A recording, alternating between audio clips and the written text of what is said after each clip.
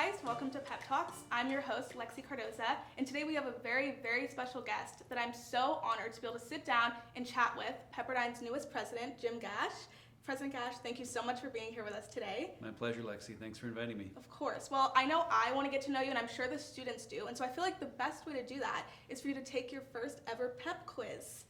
Okay, And so great. basically what it is, I didn't study for this. Exactly, unexpected, but I'm going to ask you a few short questions, kind of answer with the first thing that comes to mind, have fun with it, super Okay. simple. Okay. Are you ready? I'm ready. Okay, how would your kids describe you in 3 words? I think they would say funny, intense, and disciplined. Okay, what is your favorite part about being a dad? Just seeing my kids grow in their faith, to grow in their intellectual abilities, and grow in their relationships. Okay, any embarrassing college moments? Probably many more than I could possibly name, particularly on film. Embarrassing college moments. I got hurt quite a few times playing football, Okay. and so being carried off the field is probably not one of one's finer moments, but that happened a few times. Okay, and then lastly, what is one thing that you absolutely love about yourself? I love my choice in mates. I selected really well and married up hugely.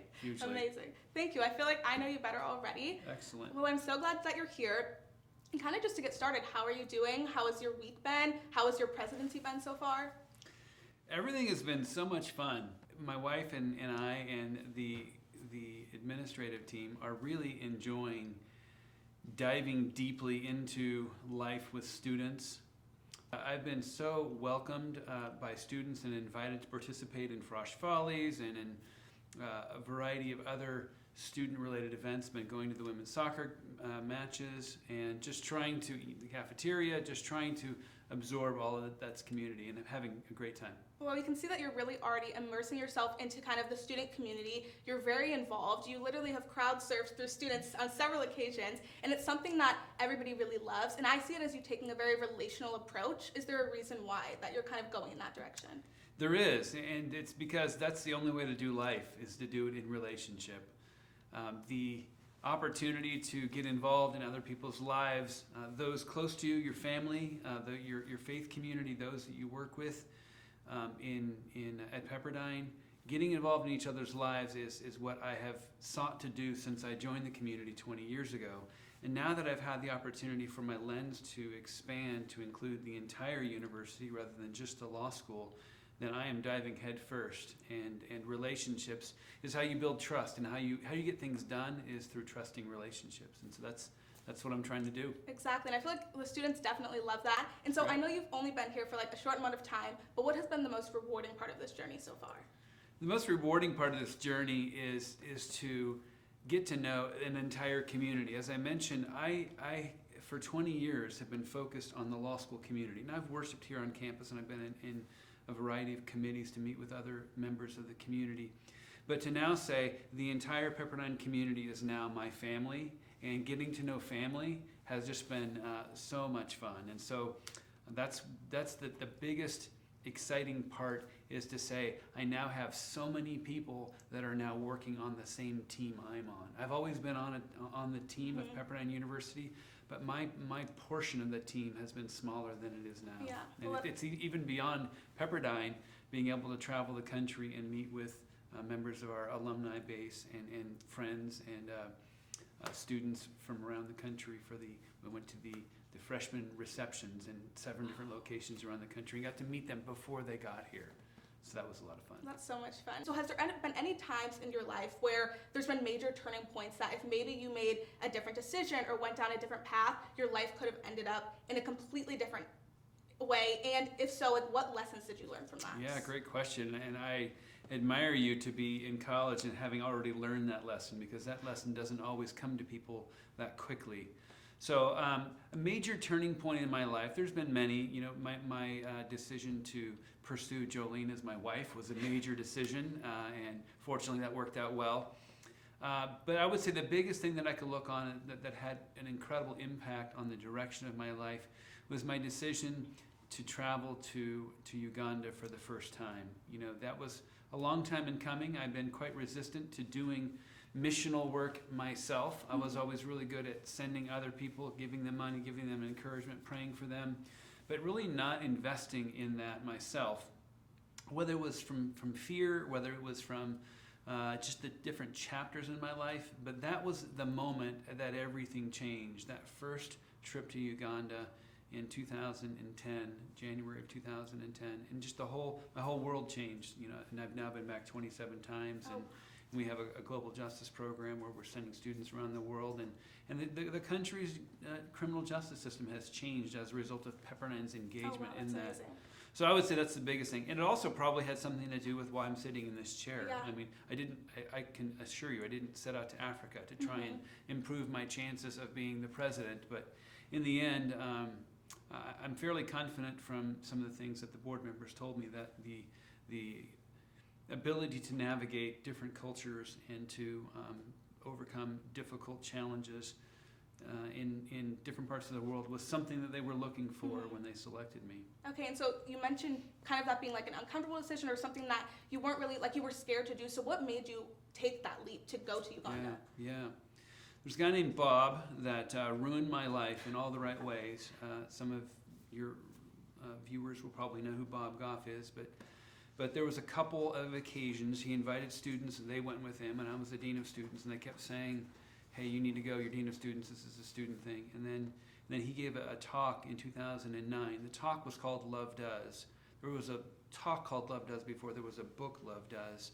And at the end of that talk, I just felt my excuses melting away. I felt like, you know, this idea of being afraid of what's behind this curtain, that the thing between me and what was behind there was my faith and my trust in God, and him saying, do you trust me? Do you trust me? And finally saying, I trust you. But it wasn't the fear of failure. I wasn't afraid of going to Uganda and there wasn't things for us to do, and maybe we weren't going to be successful in helping these kids we were going to be helping. It was the fear of success. It was the fear that if you take this leap of faith and there's something there for you that changes everything, that I was just not interested in changing everything. I'm in Malibu. I've got a wonderful wife and 3 kids and a great job, and I'm at a Christian institution. I didn't want things to change. And so that was probably why I was afraid for the longest time. But it was just in that moment where it was, I felt like God saying, okay, do you trust me? And for the first time in a long time, the answer was yes, sufficient to take a step like that. Have there been any times when you've been like really uncomfortable in your life, or you've had a really different, like a difficult situation? What lessons did you kind of learn from those situations? Yeah, there's been many of those. As I mentioned, I've had some injuries playing football to where you think your life is going a certain direction, and then soon thereafter things change completely. A couple other situations where I felt like I knew better than someone who clearly did, and just realizing the humility that comes from saying, you know what, actually I don't know as much as I thought I did. One of those was when the youth minister, when I was growing up, was fired, and we went in there, oh, he's a great youth minister, what are you doing, talking to the church leaders, and then having them sit us down and say, actually there's some things that you don't know, that if you did know, then you would understand. And they explained enough of that to where we thought, okay, maybe my assumption that somebody else's motives are not as pure as they are is a life lesson. So I've tried to then say, okay, I'm going to assume, I'm going to presume positive motives or benevolent assumptions of somebody else's decisions, and then realize over time, okay, maybe I'm going to learn a little bit more, and trust is about spending time together, but starting from a position of trust rather than a position of mistrust has been something that I've learned, sometimes the hard way. Bob, the one I alluded to earlier, says he encourages people to live on the edge of yikes. So it's just like, okay, am I there? Am I there? Am I getting closer to the edge? And just live there, because there's nothing more exhilarating than kind of not knowing what's coming next. I'm not suggesting that people act foolishly and hang glide without a hang glider or anything like that, but just to say, I'm going to trust that whatever happens, A, there's somebody leading me, but B, when I don't succeed, then I can get back up. And life is about overcoming failure on a regular basis. If we don't learn to fail and then overcome that, then we're going to have a whole lot harder problems later in life, because you have to be able to be resilient at every aspect of life, and the sooner you learn that, the better. The more we protect people from failure, the worse that we're treating them. Yeah, no, completely. I feel like it's all about living uncomfortably, but also, of course, living smartly, and that's just such an important thing. And so we've gone over so many lessons today, and so we're both on these new paths in our lives. You're taking over as president of Pepperdine. So what lessons do you feel have really kind of shaped your journey to get you where you are today, and how do you plan on using those lessons to really influence your presidency? Great question. A couple things. One of the things that I've learned over time is that that discipline is the price of admission for excellence. If you want to be excellent, you have to be disciplined in whatever you're talking about, whether it's art or athletics or academics or anything else. And so learning to deny oneself the easy road, the fun path, the lazy approach to things. So understanding that discipline is critically important. The other thing I would say that I've learned, and sometimes the hard way, is that every activity we engage in bears fruit. The question is, what kind of fruit is it bearing? There's things that I have done and enjoy doing that the fruit is just a tighter belt. Like I just gain weight because I like food. Discipline is the price of admission for excellence there. There's also in other activities that bear fruit that cause somebody's life to be better. I mean, if you think of the fruits of the Spirit, is what I'm doing going to make somebody's life more joyful? Is it going to lead to faithfulness on my part or somebody else? Is it going to be something that shows that I am a good person or self-controlled person? And in the end, it's all about love. Is what I'm doing going to bear the fruit of rebellion or cynicism or self-gratification, or is it going to bear the fruits of the Spirit? And so that's the question that I try to ask every time I engage in an activity or conduct. What's going to be the fruit of this?